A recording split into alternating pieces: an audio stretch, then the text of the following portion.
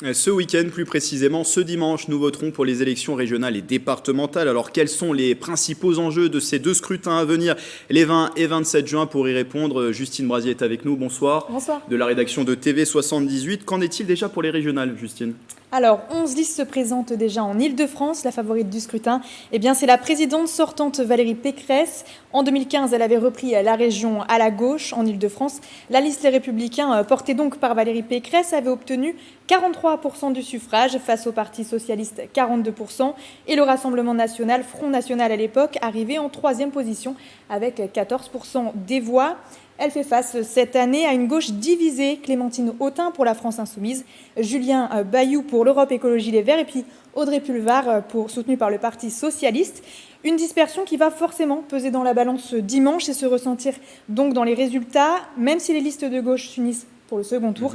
Valérie Pécresse, en tête des intentions de vote, pourrait l'emporter et donc enchaîner un second mandat. Voilà pour les régionales. Quels sont les enjeux côté département? Dans les Yvelines, la question qui se pose est de savoir si la droite va faire un nouveau chelem cette année, comme c'était le cas en 2015.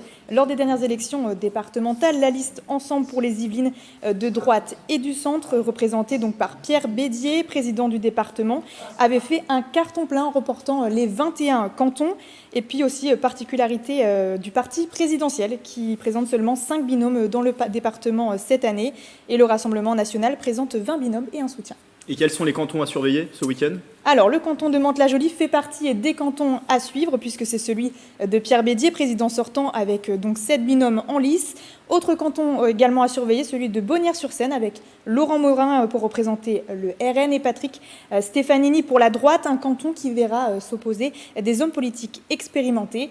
Et puis, le canton de Trappes va-t-il rebasculer à la gauche cette année? C'est le maire de Trappes, très médiatisé ces derniers mois, se présente face au maire de la commune voisine, La Verrière, Nicolas Dainville. Et puis autre enjeu, Justine, et non des moindres, la participation.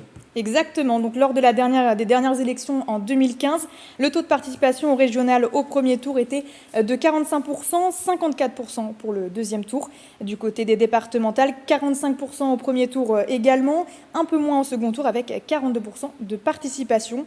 Alors Grégory, on sait que ce ne sont pas les élections qui attirent le plus de monde, d'autant plus que les deux scrutins cette année se déroulent en même temps, ce qui court-circuite un peu les informations et surtout la clarté des messages, et sans oublier qu'on est évidemment en pleine crise sanitaire, donc ces facteurs font qu'on peut s'attendre à un faible taux de participation cette année pour les élections.